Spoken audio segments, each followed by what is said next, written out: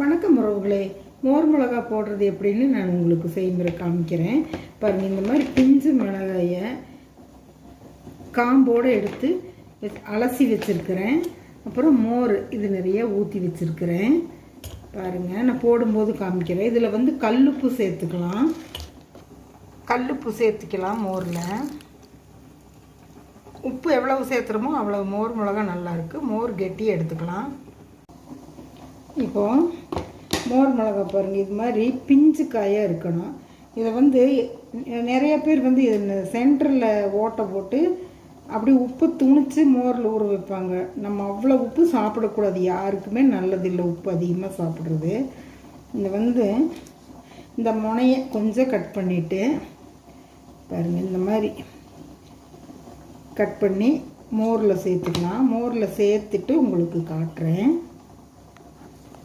நான் வந்து எல்லா மிளகாயும் இதில் சேர்த்துட்டேன் பாருங்கள்.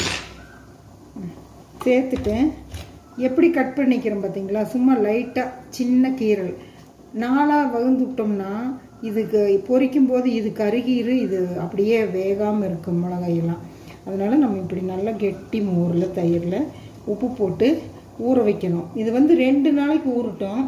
ஊறின பின்னாடி டெய்லியுமே இதை மட்டும் மிளகாயை மட்டும் அரிச்சு எடுத்து தட்டில் போட்டு வெயிலில் காய வச்சு எடுத்து மறுபடியும் நைட்டு மோரில் போட்டுறணும். பகலில் வெயிலில் காய வைக்கணும். இப்படி ஒரு 4 நாளைக்கு காய வச்சு இந்த மோர் உரம் மிளகாய் வந்து இழுத்துக்கும், காரம் குறைஞ்சிக்கும், கெடுதல் இல்லை நம்ம சாப்பிட்றதுக்கு. இதை நான் காய வச்சு ப்ராசஸ் ஆகும்போது காமிக்கிறேன். காய வைக்கிறப்ப காமிக்கிறேன், பொரிக்கிறப்ப காமிக்கிறேன். மோர் மிளகா பாருங்கள், எடுத்து மோரில் போட்டு வெயிலில் காய வச்சு நல்லா காஞ்சிடுச்சு. இப்போ இதை பொரிச்சிட்டு காமிக்கிறேன் பாருங்க. அது எண்ணெய் காஞ்சிடுச்சு, எண்ணெயில் சேர்த்துடலாம்.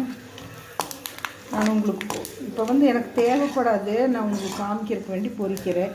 இதை பொரித்து ஒரு கண்ணாடி பாட்டிலில் போட்டு வச்சிடலாம் பாருங்கள். கருகாமல் வறுக்கணும்.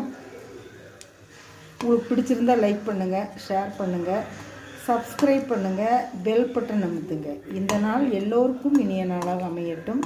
இதை வந்து நான் பாட்டிலில் போட போகிறேன்.